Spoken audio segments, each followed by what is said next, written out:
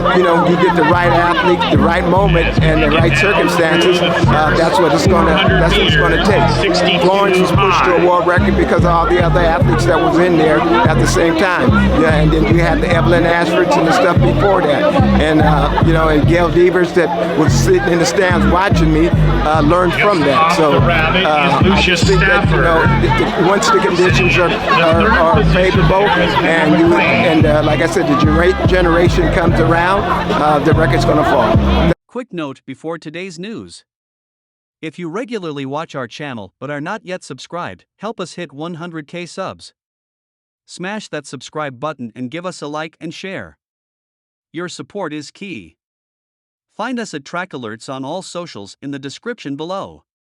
We're just told that you are in the business now for over 40 years. Talk to us a little bit, Coach, about when you started coaching, the kind of athlete you had then to the kind of athlete you are coaching now. Well, I mean, the track and field really haven't changed over 40 years. I mean, outside of the women's sports, maybe adding steeplechase or pole vault or whatever, it's still the same sport. I just think it really comes down to the hunger of the athlete. You know, when you get a good athlete that want to represent their country, represent themselves and their college, their pride, it's enjoyable to be able to coach them. So I just think over 40 years, the technology might have changed to speed up the process of, you know, seeing them run. But, you know, I think all coaches rely on the God-given technology. That's the two eyes and the spirit and the soul that we got to inspire an athlete to their best of their ability. You mentioned the technology would have changed, of course.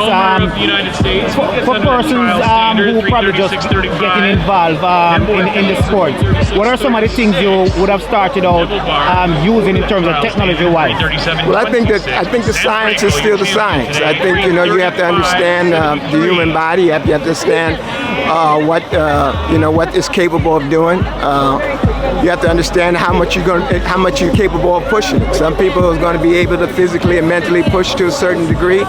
Some are not, you know, but they still could be successful. You have to understand the mental of the athlete. You know, every athlete is different. I never treated all my athletes the same way. Yeah, I had to treat them as individuals, as they were, you know, raised and reared, you know, by their upbringing. And so I just think that the technology helps you recognize things in terms of, you know, technique and you know, and nutrition, and but it still comes down to the X's and O's, as most football coaches might say. Are athletes faster now than then, or it's because the technology and the new tracks they are putting in, the new spikes, or do you think if you had that, our athletes would have had that back then, they would have been as fast as these athletes now? Well, I think it's, you know, it goes back to say, you know, Muhammad Ali in his prime versus, you know, Mike Tyson in his prime. You know, Mike Tyson was Mike Tyson, Ali was Ali, George Foreman was George Foreman. They were always great at that moment. You know, you put Jesse Owens on, you know, on this type of track, would he perform better? Yeah.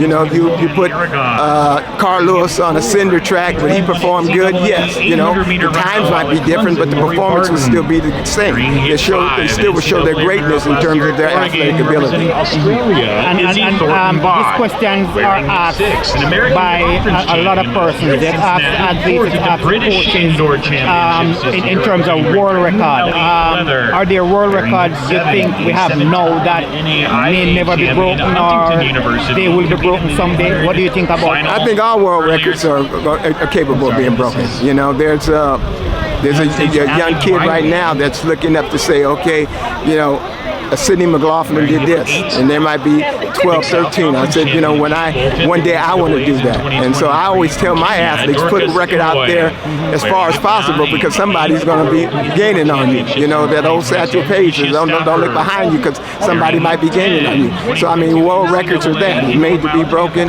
Some's going to stand longer than the others, because, you know, once again, it's just generational. Some generations come along with certain athletes at certain times that do great performances, and you might have to wait 10 or 20 years before another athlete comes along like that. Some might come back to back, you know, 2, 3, 4 years in a row.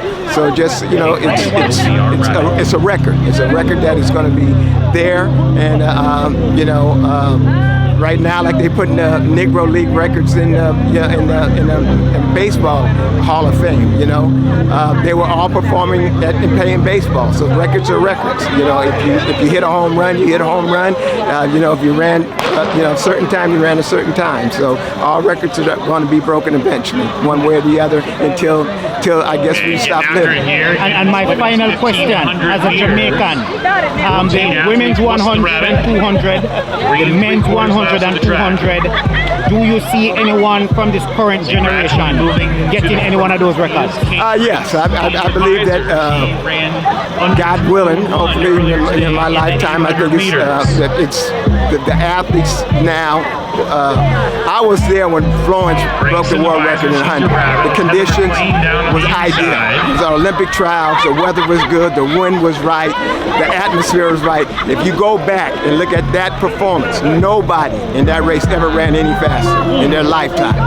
Everybody in that race ran their lifetime best, and nobody ever ran faster. So the conditions was at its best. So I think, you know, you get the right athlete, the right moment, and the right circumstances. That's what it's going to take. Florence was pushed to a world record because of all the other athletes that was in there at the same time. Yeah, and then you had the Evelyn Ashfords and the stuff before that, and you know, and Gail Devers that was sitting in the stands watching me learned from that. So I just think that, you know, once the conditions are favorable, and like I said, the generation comes around, the record's going to fall.